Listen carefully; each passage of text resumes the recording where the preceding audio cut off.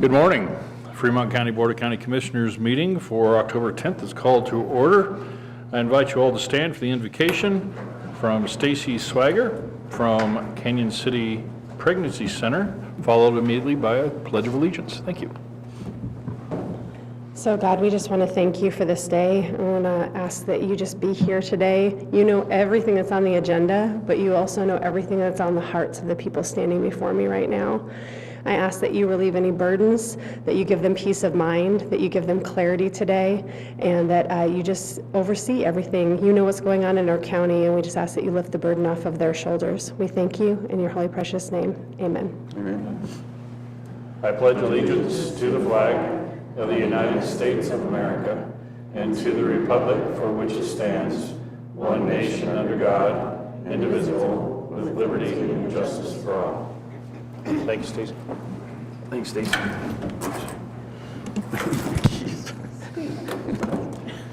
Roll call. Commissioner Grantham. Here. Commissioner McFall. Present. Commissioner Bell. Present. County Attorney Jackson. Present. County Manager Carochi. Present. Planning and Zoning Director Victoria. Present. Approval of the agenda.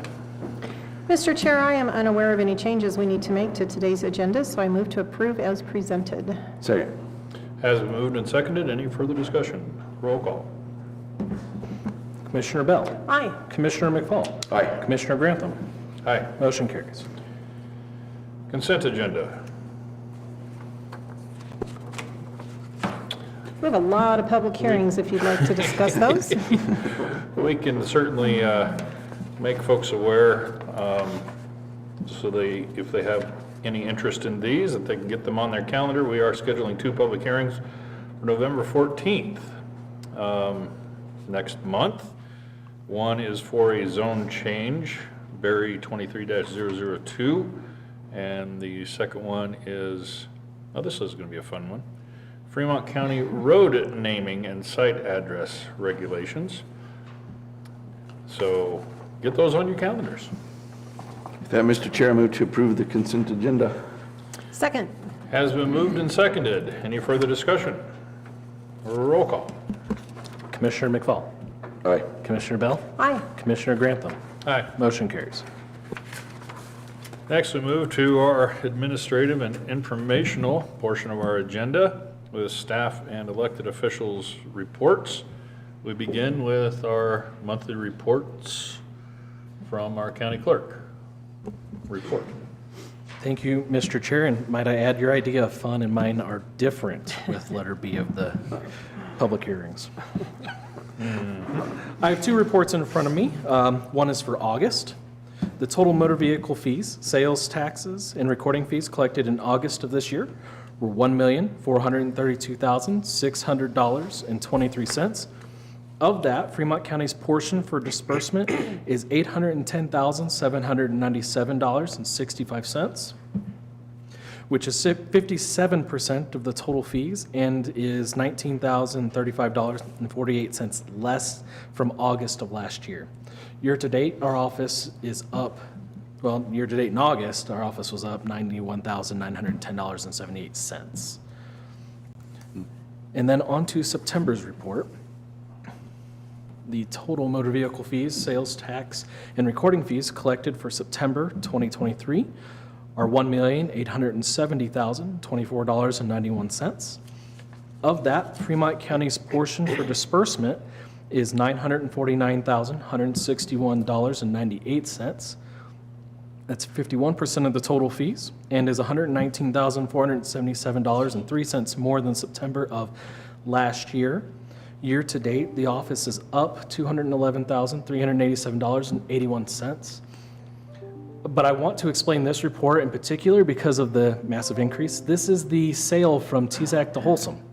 So they had a whole lot of vehicles out there. We had to process those. In fact, we had the staff come in separately on a Friday, Saturday to process these 150 so transactions. The transactions were roughly $660,000 worth in transactions. And I want to thank Berta Newell, who's the director of DMV, Jezere, Michelle, and Brandy, who were the staff that all came in to process these to make sure they didn't interrupt the day-to-day flow of the office. So that's why this report is a whole lot more than all the others. I was going to ask. I was too, I was like, wow, what a difference. Well, pass along our thanks to your staff as well for that extra work. That's good. Any other questions or? No comments, other than my normal cautionary tale that Fremont County does not actually get to keep all of that money that we do bring in. We share most of it with special districts here in Fremont County. So when those numbers look good, then everyone else's numbers are going up as well. And with that, Mr. Chair, I move to accept the county clerk's monthly reports for the months of August and September of 2023. Second. Has been moved and seconded. Any further discussion? Roll call. Commissioner Bell, Aye. Commissioner McFall, Aye. Commissioner Grantham. Aye. Motion carries. Next is our public trustee quarterly report from our county treasurer and public trustee, Kathy Elliott. Good morning. Good morning. Releases of deeds of trust, 314. We started 14 foreclosures as of end of September. We had started 46 foreclosures. We ended last year at 55, so we're probably right around there, unless something dramatic happens between now and then. So go ahead. I was just going to say it's still way better than the 300 plus that we were seeing Yes, just not very long ago. yes, yes. Is the 14 year to date? No. Just in the quarter? Right, so far, as of the end of September, we have had 46. Gotcha. Okay. And releases have slowed way down, and so I think refinancing is, Right. Okay. so. Only refinance if you want a higher price, right? If you're If paying too you little. want bigger payments. I don't want that guy as my financial advisor, thank you. Got a deal for you. Mr. Chair, got a motion unless there's questions. I think we're ready. Move to accept the public trustees quarterly report. Second. It has been moved and seconded. Any further discussion? Roll call. Commissioner McFall, Aye. Commissioner Bell, Aye. Commissioner Grantham. Aye. Motion carries. Thank you, Kathy. Thank you. Now our county manager report. Mr. Kurochi. Good morning. Morning, Tony. How is everyone? So I will start off this morning with posted job opportunities for Fremont County. Once again, we have detention deputies. We have a need for detention deputies, so please go to our website and apply soon. Department of Human Services, we have a paralegal opening. We have an accounting technician. We have expedited permanency planning, ongoing caseworker positions. We have a elementary school age ongoing caseworker. We have a resource family specialist opening and an economic security technician. For more information about employment opportunities with Fremont County, please go to our county website at fremontco.com, or you can call our HR department at 719-276-7410. Our sheriffs, we have a bid out for our sheriff's department building for the chiller project. Our HVAC chiller is over 30 years old and has not been working for much of the summer. So we made a decision to replace the non-working rooftop unit with an upgraded unit with an expected lifetime span of 30 plus years. This project has been advertised for bids on BidNet on the Fremont County website since September the 19th and has been extended until October the 24th. There will be a second mandatory walkthrough tomorrow at the Sheriff's Department at 1:00 p.m. The scope of the work is to remove and properly dispose of the non-working rooftop HVAC water system chiller unit and installation of a new 50-ton HVAC glycol system chiller unit, new coils for 2 air handlers, power and piping according to manufacturer specifications. So again, the bid closes on October the 24th, not today as it was originally posted. So if you are interested, please go to BidNet Direct on the Fremont County website and submit your bid. Today I would like to lift up our building department. The mission of the building department is to establish and enforce minimum building requirements in order to reduce potential hazards and unsafe construction, and to assist the general public with the application and permitting process, and to conduct the department's business in a timely, efficient, and professional manner. The department is led by Wyatt Sanders, who has worked for Fremont County for the past 16 years. The department also has an office manager, a permit technician, and 2 building inspectors. One inspector that conducts septic design reviews, and the second inspector conducts all plan reviews. At the end of August, the building department has issued 1,318 permits compared to 2022 when they had issued 976 permits. That is an 8% increase, due in large part to the hailstorm that we experienced on June 12th. They are averaging 15 to 20 permits a day, again largely due to the hailstorm. And the majority of those permits are being issued for re-roofing, stucco siding, windows, and solar panels.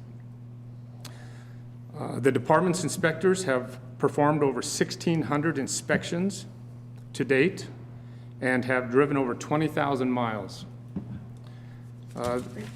Needless to say, the staff in the building department are very busy. They take a lot of pride in their work. I get a lot, and I know the commissioners do too, get a lot of very complimentary comments from Fremont County residents about how responsive and helpful this department is. And we are very proud of the important public service that they provide to Fremont County. And that's all I have. Excellent. Thanks, Tony. Thank you, Tony.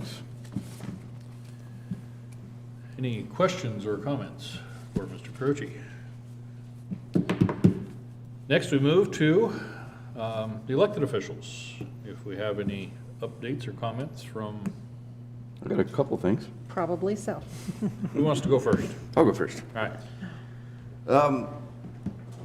I was fortunate enough yesterday to go to Divide for a meeting, and man, the colors are pretty. So if you get out there, check out the colors. Just remember, be safe. Don't start a fire, because the fire danger is out there as well. The grass is tall and it's starting to dry, so be very careful when you're out there, but enjoy it.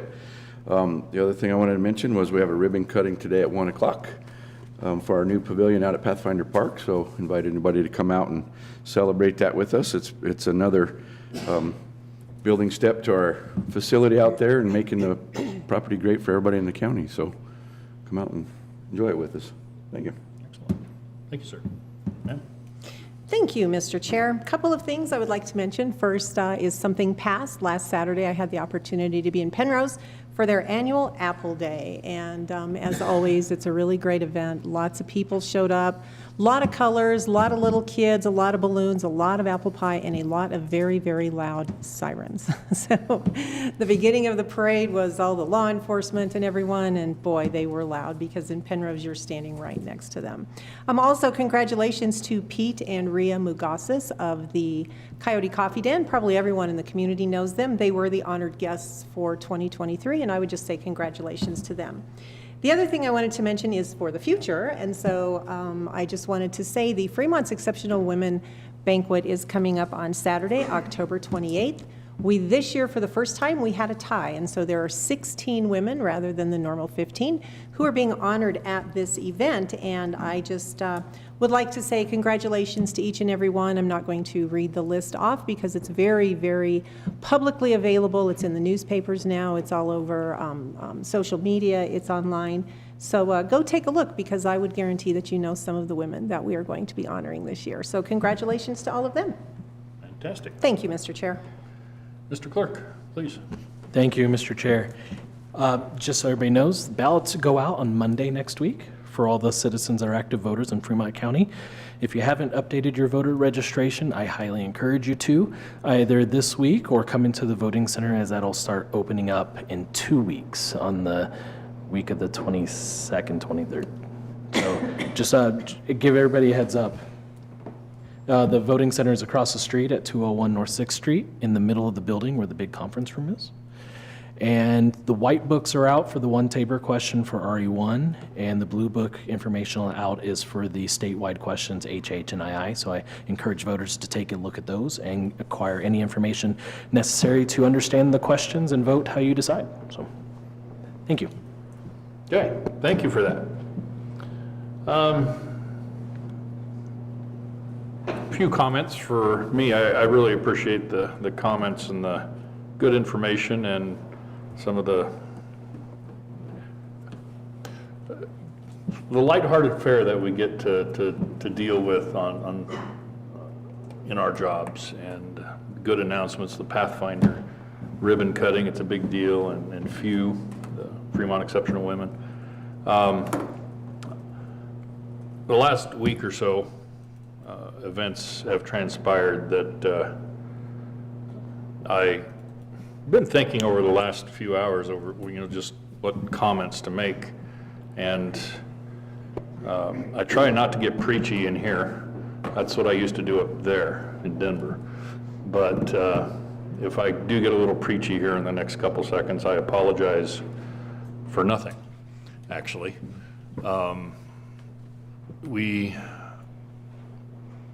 I guess just to preface my comments, I want to express my appreciation for the elected officials in this county that I get to work with. The three that are sitting up here with me right now, and all that they do, the work with state organizations like CCI, national organizations like NACO. Dwayne and Debbie they do an exceptional job with these organizations and fighting for Fremont County. And I really appreciate that, more than probably I express, but they do a fantastic job. And the clerk as well, and the work that he does. And Kathy was here, and wish she was still here, and I'd express the same to her and her work, and Stacy. But I say all that because I want to especially single out two, our coroner and our sheriff right now, and what they are dealing with.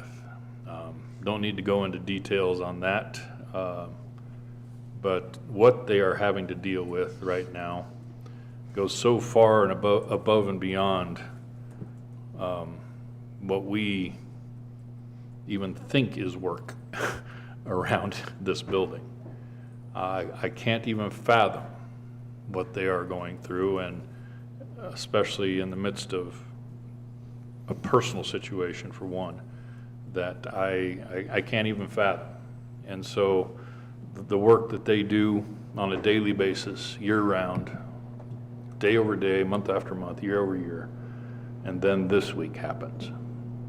And so my special thanks, my particular thanks to Randy Keller and Alan Cooper for what they are going through and what they are dealing with right now. And thank you guys, just appreciate it. That kind of leads me into the reasons for my comments. It's about perspective. There's so many important things that we all get to do and get to deal with on a daily basis, but this week has given a lot of perspective for me on the job, and no more so than just even amidst what's going on in Penrose, what's going on overseas. We as commissioners deal with pretty important local issues, as does the clerk and the other elected officials, and we don't weigh in on things nationally too much from this podium, let alone international things. But what's going on right now is it's a little mind-bending what's happening overseas. I've mentioned this morning to my colleagues that these are the things that you grow up thinking, well, this could happen any day, and then it doesn't happen. And now it's happened. And we don't know what the future holds over there for those folks. My time up in Denver gave me the privilege to meet a lot of folks that live and work over there. And I had the privilege of getting to know some representatives from Israel, and their time spent here representing Israel in Colorado. And some of them have moved back, and they are right in the middle of all of that. I got the chance to visit Israel on a legislative trip back in 2011 and got to meet a lot of folks that are right on the border of Gaza, that were right in the middle of all of the things that happened over the last 3 days. And I don't know their situation. There's no way to know. I was able to message one person, a friend, and her family are hunkered down, but her husband was called up to serve in the IDF. And where this ends up, and what they are going through and what they've had to deal with the last few days, I hope offers us all just a little bit of perspective. I know it's offered me some perspective on the things that we could deal with. We don't live in fear every day of having pickupfuls of our children and our grandchildren. And we are privileged. But we should also be prepared. And I say all that to say this, I guess. I stand with Israel. We have an ally, and we should stand by them, and we should stand with them. And that's where I will leave that. Thank you, Mr. Chair. Thank you, sir. Citizens' comments. Those who wish to address the commissioners in a matter not scheduled on the agenda. We have two that have filled out slips. The first one I will turn to is Kathy Madonna to speak about funeral home legislation. Kathy.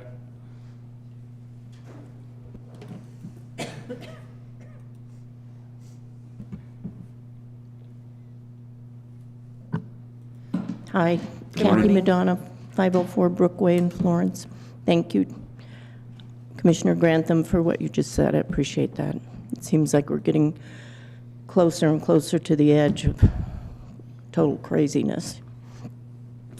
I'm sure we're all horrified by what we have had happen in Penrose with the funeral home. And I just want to know if there's anything that you can recommend that we can do to prevent any kind of situation like this from ever happening again. I understand there's really no legislation in the state of Colorado to monitor funeral homes, and that I think that really definitely needs to be put into place. If you could make some recommendations on how to promote that. And is there anything that we can do in Fremont County to prevent this from happening again? This is horrendous. The families that have to deal with the fact that their loved ones were not taken care of by them, and the horrendous feelings that that brings up, it's just awful.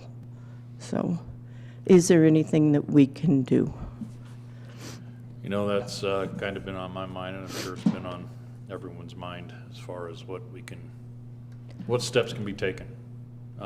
It's a state-regulated industry through DORA, Department of Regulatory Agencies. And I think the next couple of months will be telling on what kind of recommendations we can come up with through our group of 200-some commissioners, as well as working with our legislators. I'm not sure what the answer is, Kathy. I don't know. But I'm guessing that that's going to be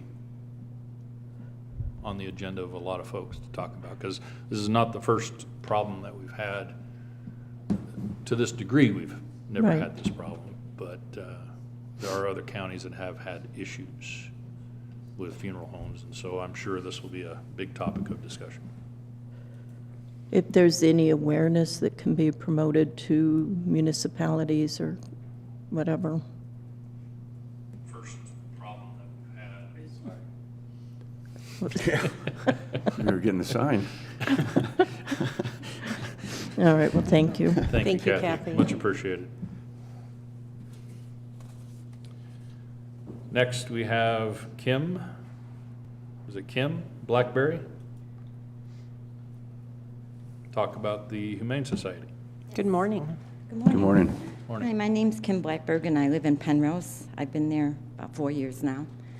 And I'm just concerned with what we're supposed to do with animals now that they're not picking up animals anymore. This seems to be going on for a while, and has anything been resolved regarding this? It's been on for several months. There's no contract. Who signs the contracts? Contract is between the sheriff's office and the Humane Society. Okay. And as a citizen of Penrose, what am I supposed to do if I find a stray animal that won't be taken in at Fremont County?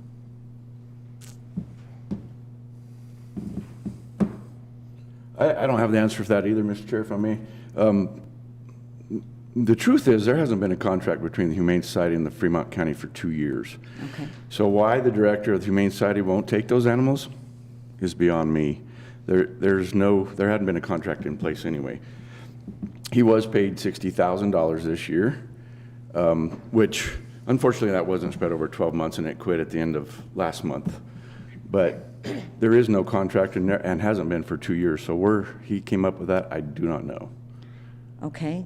When I look at the budget for last year, it was allotted $80,000, $73,000 was spent, and $60,000 this year.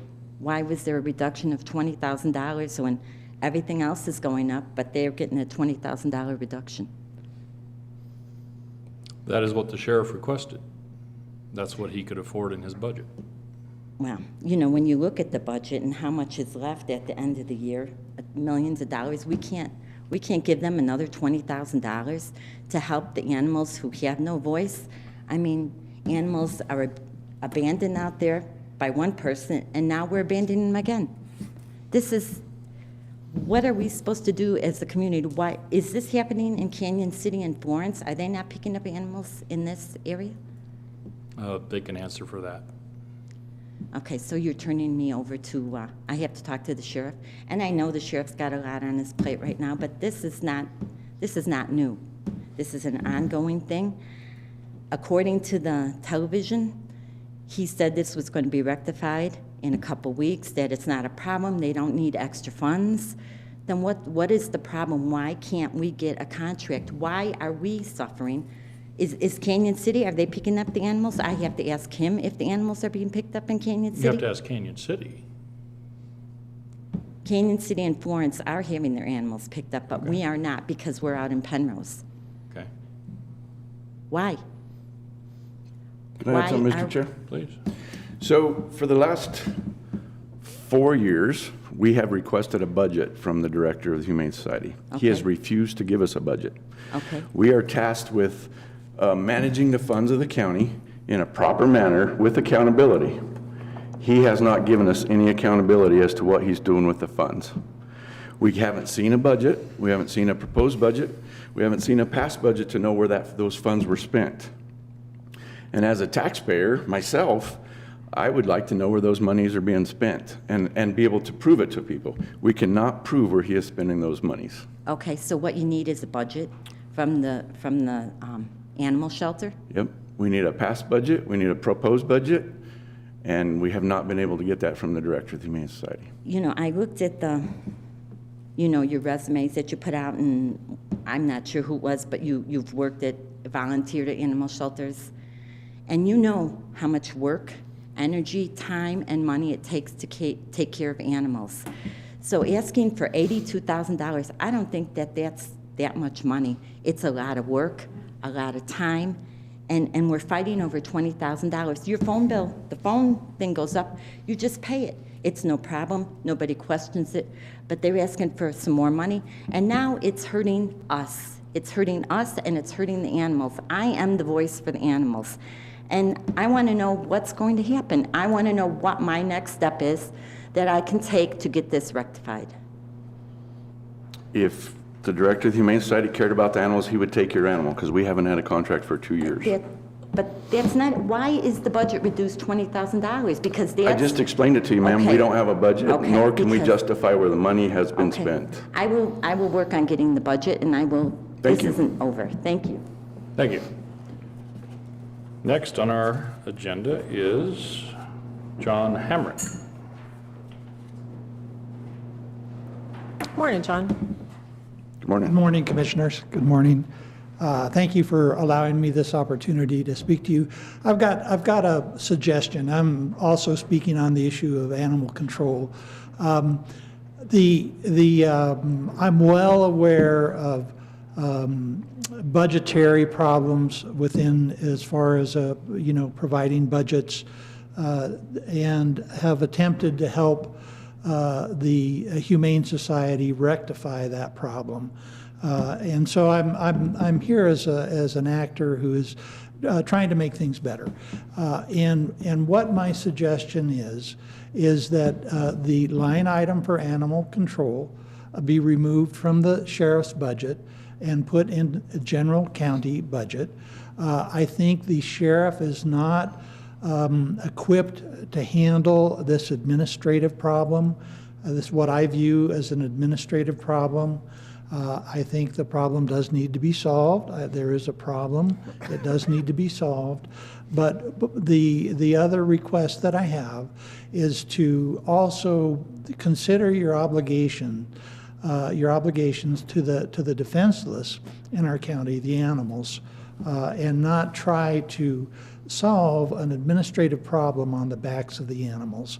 I myself worked in the horse show industry for years over in California, caring for large animals. I still carry that philosophy forward, and how I, as a city council person, have to deal with the Humane Society. And so that's my request for you today. Thank you. Thanks, John. If I could add something to the conversation, Mr. Chair. Sure. I've been sitting here trying to decide whether or not I wanted to weigh in, and I feel the need to say this because I think most citizens don't understand. Our current director at the Humane Society has made it publicly known and has requested he is wanting to fund the Humane Society on a per capita basis, not a per animal, not a per treatment, not a per adoption. He would like for us and other government agencies to fund them on a per capita basis. The amount of money he's asking right now is, I believe, $7 for every person who lives in Fremont County. I want to let it be known that we fund public health on a per capita basis, and that funding is exactly $1.75 per person who lives in Fremont County. So I have an issue with someone telling us or trying to tell us that animals are worth more than human lives. Thank you. Thank you, Commissioner. Next on the agenda is old business. We have none, so on to new business. First item on the agenda, we have an update, Kindred Kids Child Advocacy Center, and today with us is the Executive Director, Lori Jenkins. Lori. Good morning. How are you guys? Good to have you here. Good. I just will apologize. You're following some really heavy stuff this morning. I know. And But I'm not sure I'm going to make it any better. Well, I'll make it kind of better. You will but- make it better because you do a lot of good work in this community, great and work, that's yep. what we need to focus on. So, thank you. Well, and as a victim advocate and an advocate for children and women, we do want to say that we are thinking about our folks in Penrose and all of the families who are impacted by that. So, Tony, I guess you're my slide guy? Okay. So, we'll go to the next slide.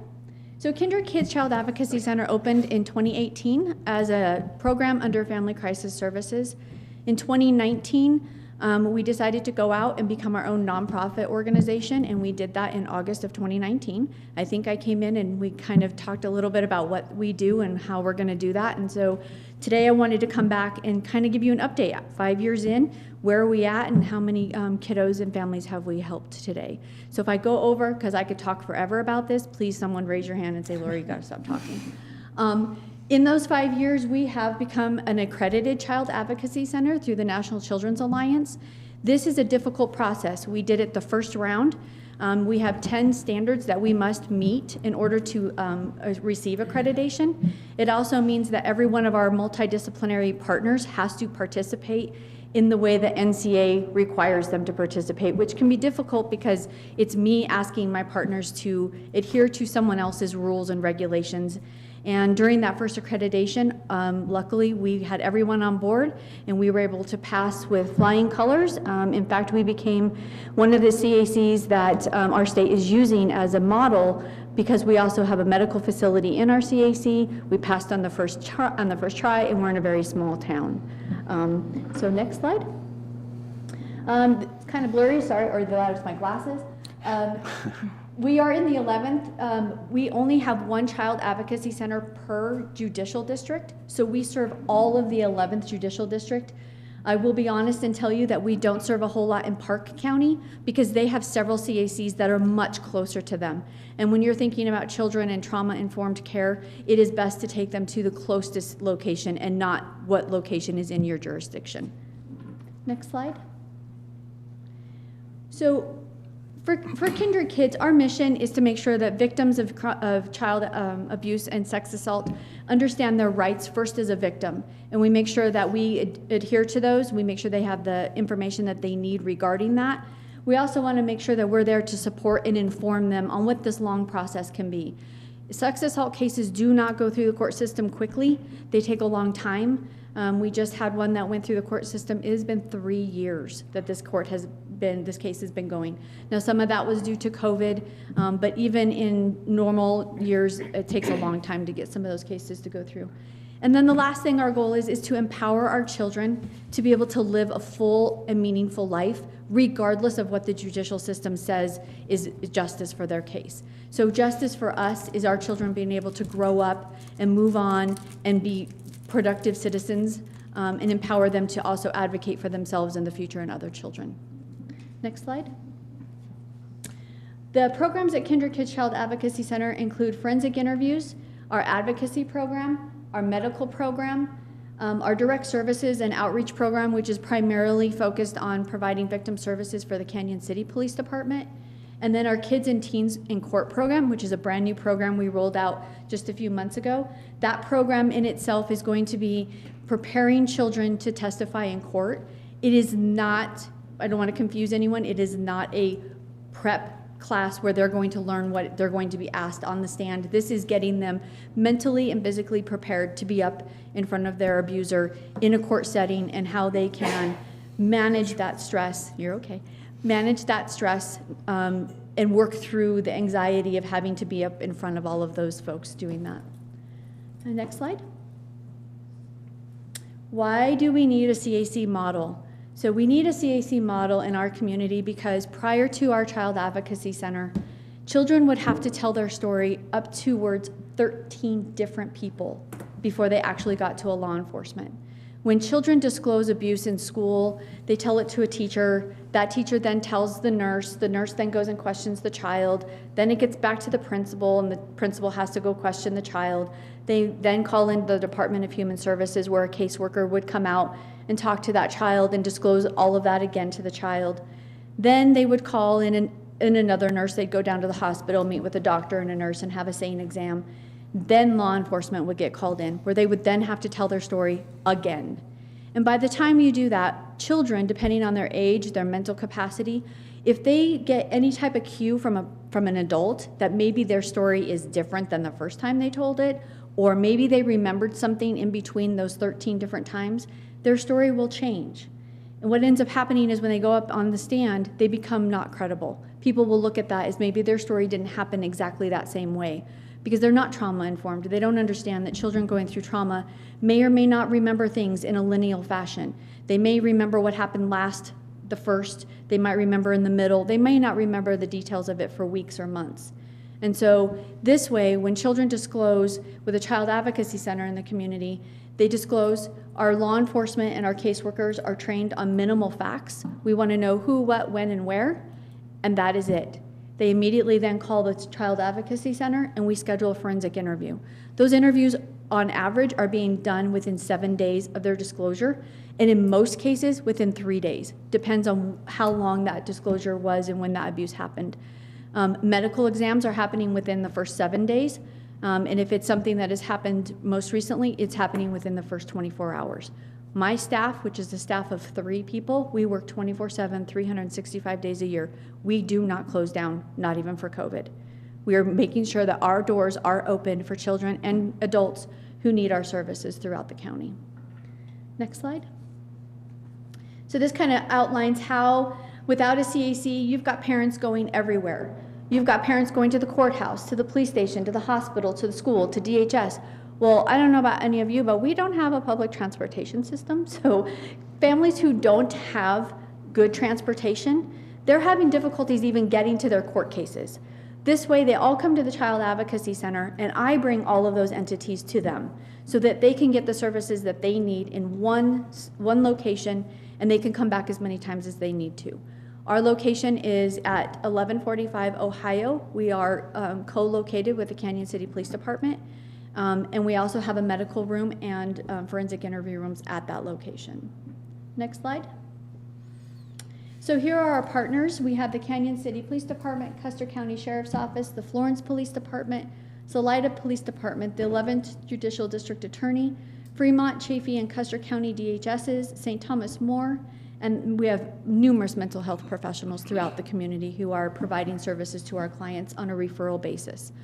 The wonderful thing about our mental health professionals, they understand how important our services are, and when I call them, they immediately make sure that our clients are being contacted. They are not waiting for our clients to contact them. When our families go home at night, the last thing that they want to think about is calling the mental health professional that's going to help their kids. Life happens, chaotic things start happening, and so our agreement with our mental health professionals is that they will reach out to our families for them and get them coming and starting in that mental health process. Next slide.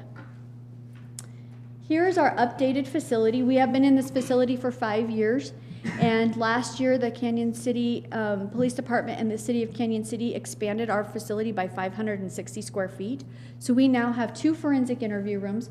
The one up here on the right is our older children's interview room. Very bland. We don't want to encourage them to have any, we try not to have anything in the room. The larger picture is our new lobby. This is where our families stay when we are working with our children. And then the bottom right-hand corner is our new medical room that has been updated with a brand new colposcope and other imaging items that my nurse would know that I don't know what those things are called. But with having 2 forensic interview rooms, we now can interview children that are very young at their level. So we can sit at a table, we're eye to eye with them instead of hovering over them or having them further away from us, and it has really been able to get us more disclosure from kiddos who are quite a bit younger. We've interviewed as young as 2 and as old as 65. And so we do interview adults if they have a mental deficiency capacity is a problem, or if they just don't feel comfortable talking to law enforcement, we can also talk to them. Next slide. I'm not going to read this to you, all of it, but when we started this in 2017, there was a survey done, and there were only 79 cases of sexual assault reported with Fremont and Fremont Sheriff's Office and the Canyon City Police Department.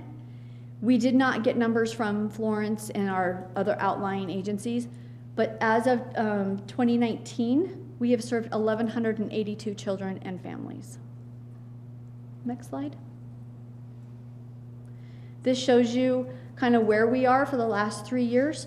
2020, I think that's 2021, was a very high reporting year. That was also the end of COVID, right there in the middle. And then 2022 stayed about the same. My prediction is we're still going to be around the 145 to 150 interviews for this year. We're at 96 at the moment. Next slide. We average about 35 medical exams a year. Those are done in-house, provided by a SANE nurse at a St. Thomas More. And then we also did open up, with the permission of St. Thomas More, to do sex assault exams on adults if they choose not to go to the hospital. Next slide. And this just kind of shows you where we are over the last 3 years serving clients. This year we're at 100, I think that says 198, and we aren't quite through with the year. Next slide. So the research shows that CACs provide accountable services. Because we work as a multidisciplinary team, we have law enforcement, DHS, and other professionals in the room as we're talking about these cases. It allows us all to be more accountable, to make sure the cases are not falling through the cracks and making sure that our kids and our families are getting the services that they need. My family advocate works with children from the day that they come into our office until the day the case is dismissed. So if that is 3 years, that's 3 years of monthly phone calls from my advocate to that family, ensuring that their kids and their family are taken care of. If they are going through the court process, my family advocate is in court with them every single day, making sure that they have the services and the mental health professionals surrounding them as we go through that process. The new court program will also be providing some assistance in that as well. It also holds offenders accountable. Because we're getting that forensic interview quickly, we're able to account for what has happened to them. It's also recorded, audio and visual, and it serves as a record of what the child's account of that incident was. Our hope is that children will not have to tell their story more than once, and in some cases, we really hope that they don't even have to tell it on the stand in front of their offenders. And we are obviously committed to this community. We are here. We are doing the best that we can to serve as many children and children and families as possible. Next slide. I think that's it. And then just how can you help? We do fundraisers because we are a nonprofit. We do one fundraiser every year. We have one coming up at the end of the year. It is our Night of Heroes New Year's Eve event, so we welcome all of you to come. Donations of snacks. We provide a snack to every child that comes to the center, along with a blanket and a hygiene pack. Those are all donated items.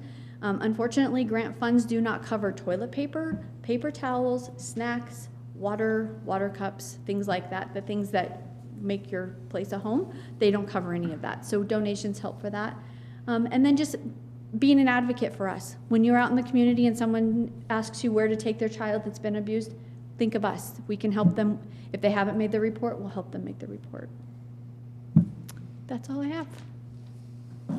And you can also shop, because we all love to shop, right? PayPal, Pink Supers. Any questions? No questions, but I would like to give a shout out.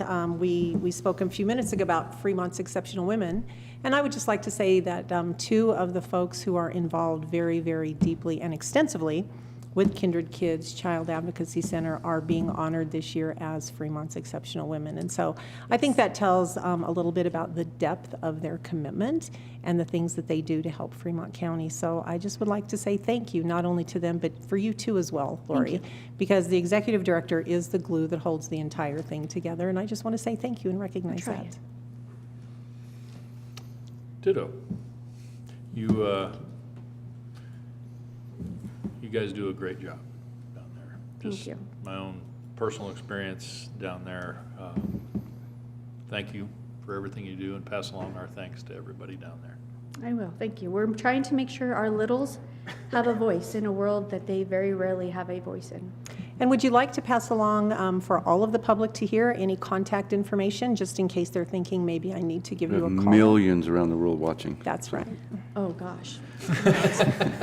Yes, they can reach us at, we have a Facebook page, Kindred Kids Child Advocacy Center. They can call 719-345-3872. 0 is the number that's on your... 3870, sorry, that's my 3870. Or they can just reach out on our website, which is www.kindredkidschildadvocacycenter.com. Thank you so much. Lori, thank you for what you do. Thank you, Lori. Absolutely, thank you. Much appreciated. Next item on our agenda, a request for the issuance of a malt, venison, spirituous liquor, and fermented malt beverage special events permit, Fremont Adventure Recreation, for an event at Desert Reef LLC, 1194 County Road 110, Florence, from October 15th on October 15th from 4 p.m. to 10 p.m. Ashley. Good morning. Zach. Turn that Microphone, mic on. please. Thank you. And Mr. Chair, if I may, Please. speaking once again of Fremont's Exceptional Women, we have one of our honorees standing right in front of us, Yeah. even as we speak. So Fantastic. congratulations, Ashley. Exceptional, yes, thank you. Tell us what you got going on. Okay, so we've worked with Desert Reef for the last couple of years now. They are our sponsor. As you probably know, they've renovated Desert Reef to become really a fantastic facility. I hear it was fantastic before, I didn't go. But it is a facility that I think we can be really proud of as a community, and they have started hosting events that are, I think, unusual and fun and different, and they reached out to us. As you well know, all of the liquor permits for spaces that do not have a consistent liquor permit have to partner with a nonprofit, so they reached out to us, and we are more than happy to help them with this event so that they can offer cocktails. As with all of the events that we at FAR assist with or help with, this is not a big raucous party. This is a very calm, really culturally interesting event that they're hosting. It's limited to 100 people, so this is pretty small on an event scale. And they really just want to serve cocktails. There's a Michelin star, I've never eaten at a Michelin star restaurant, but there's a Michelin star chef being featured at this event, so it's really bringing something special to the community. And then of course the hot pools will be open, they'll have music, and it should be a really fun event. Fantastic. That's it. Okay. Any questions for Ms. Sack? I always have a question for liquor licensing. No, you do.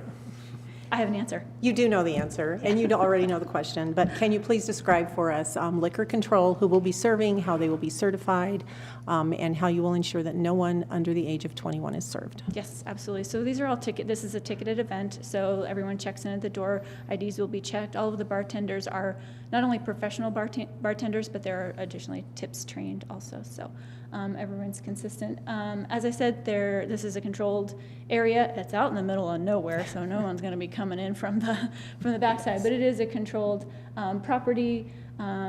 If you've been there before, you know that nobody comes in. There's a natural berm around the area, so no one can come in from the side or the back. And if they're coming in through the front, they're coming in through the building. So it's all controlled. And again, there's only 100 people. Additionally, they're offering overnight stays, so a lot of folks will be staying in those fancy $80,000 vans that we all see and I can't afford, but maybe someday.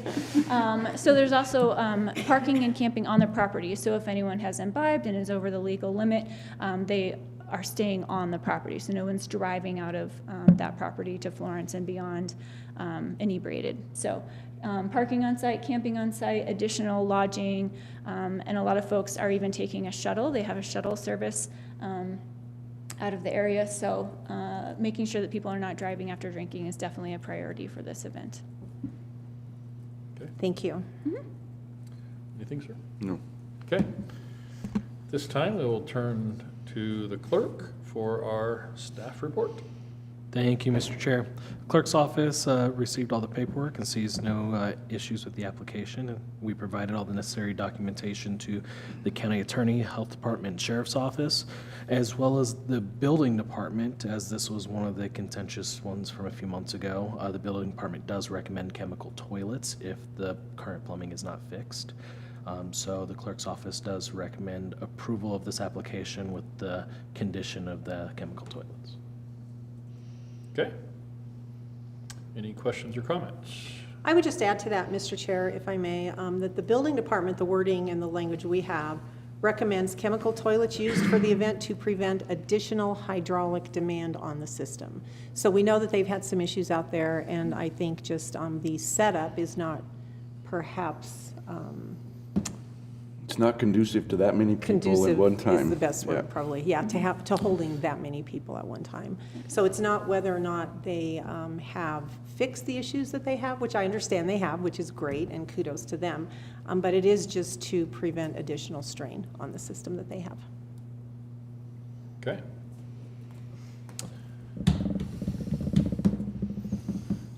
Anything further? I have a motion if you're ready, Mr. Chair. Yes? I would move to approve the malt vinous spirituous liquor fermented malt beverage special events permit for Fremont Adventure Recreation for an event at Desert Reef, 1194 County Road 110 in Florence on October 15th from 4 to 10, and require that you get portable potties for the 100 people that are going to be attending. Second. Okay. It has been moved and seconded. Any further discussion? Roll call. Commissioner McFall. Aye. Commissioner Bell. Aye. Commissioner Grantham. Aye. Motion carries. That's that. Thanks, Ashley. Thank you, That's Ashley. coming up very quickly this weekend, so good luck. Yes. Hope it goes well. Next item on the agenda is approval of emergency declaration for severe public health disaster in Penrose. And for this explanation, I will turn to Commissioner McFall. Thank you, Mr. Chair. On October 5th last week, I signed an emergency declaration, and almost immediately after that, the governor also signed an emergency declaration for the incident in Penrose. From that time, we have 7 days to extend or cancel the emergency declaration. So right now, what we're here to do is extend the declaration for the local disaster emergency, which is set to expire on October 12th. We're going to extend it to the midnight of October 24th. We may end up having to extend it again, just depending on how the situation goes out there. But what this does is allow us to tap into state and federal resources.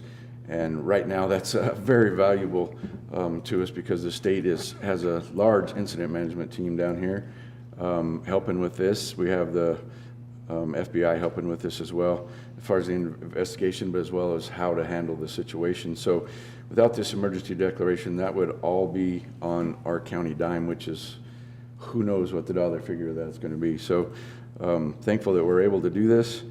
And I'll just make a motion, unless you guys have some more comment, you can make it after this, but I'll just make the motion to approve resolution number 30, which extends the declaration of the local disaster emergency, which was set to expire midnight November 12th, and extend it to midnight on October 24th, 2023. And this is resolution number 30. 30. I will second that with a few comments of my own, Mr. Chair. I had the opportunity this morning to speak to our Chief Deputy Coroner, Laura Allen, who is one of those who is dealing with this situation, and had the ability to express to her our deep and sincere thanks, not only to her, but the entire coroner staff. We also have had the opportunity to speak with both the sheriff and the coroner, and to let them know that we fully support them in any way that we possibly can.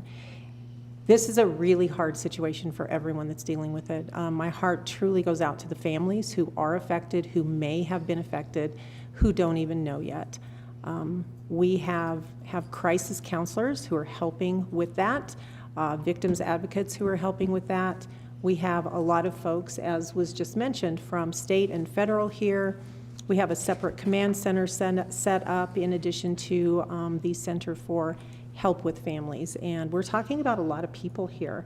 I appreciate the governor's quick work in naming this as a local disaster, so we are able to get those funds to help us deal with this entire thing. So really the message that I would like to send right now is this is a really hard job for all of these people, and I would like to ask you to support them, to love them, to pray for them, to do everything that you possibly can in this situation, and just thank the community at large so far for the support that they have received. The, just to follow up on that, mentioned the governor and the state and the work that, the declaration of emergency from their standpoint and their help on this. They have been quick and proactive on this. We can disagree with the governor on probably just about everything, but when thanks are due, we should offer thanks for the speedy work that they did in this and the help that they're giving. So we appreciate that.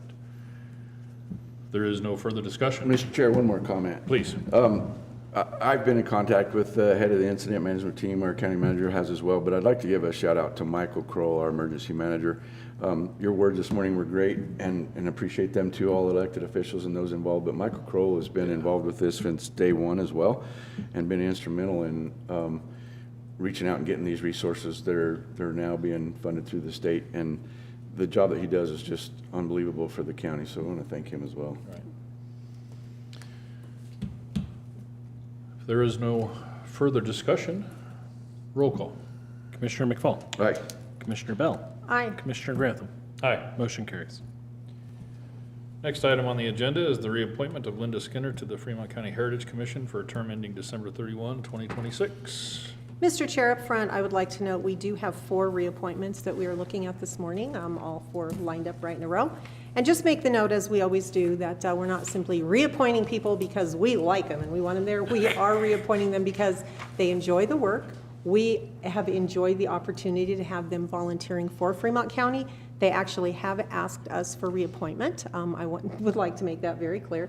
We have those requests in writing, and so we'll start with the first one. But we do coincidentally like them, yes. We do like them very much. As I said, we love the work that they do for us, and so we also, yes, we do. We like them all very, very much. So, all right, with that, Mr. Chair, I move to reappoint Linda Skinner to the Fremont County Heritage Commission for a term that will end on December 31st of 2026. Second.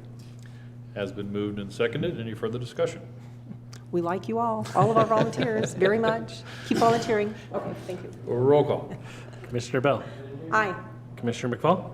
Aye. Commissioner Grantham. Aye. Motion carries.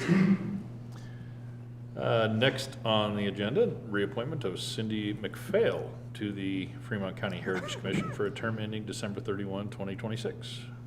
Mr. Chair, I move to reappoint Cindy McPhail to the Fremont County Heritage Commission, term ending December 31st, 2026. Second. Has been moved and seconded. Any further discussion? I will just chime in here on that same thing with Linda and Cindy and all the work that the Heritage Commission does and their love for history. It matches my own appreciation for history, but their knowledge of this area is stupendous. So appreciate the work that they do. Roll call, please. Commissioner McFall. Aye. Commissioner Bell. Aye. Commissioner Grantham. Aye. Motion carries.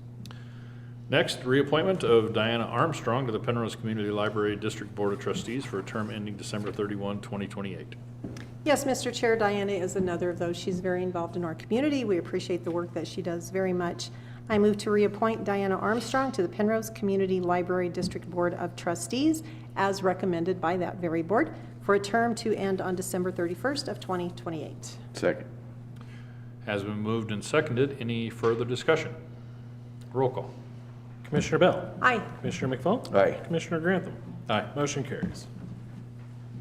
Last item on our agenda is a reappointment of Tammy Mundy, or Mundy? Monday. Mundy, thank you, to the Penrose Community Library District Board of Trustees for a term ending December 31, 2028. Mr. Chair, I want to make a note that the Penrose Library, their terms are 5-year terms, where most of the ones we do are 3 years. That's why these are 2028. And with that, I would move to approve the reappointment of Tammy Mundy to the Penrose Community Library District Board of Trustees for the term ending December 31st, 2028. Second. Has been moved and seconded. Any further discussion? Roll call. Commissioner McFall. Aye. Commissioner Bell. Aye. Commissioner Grantham. Aye. Motion carries. And with that, we are at the end of our agenda, and the meeting is adjourned.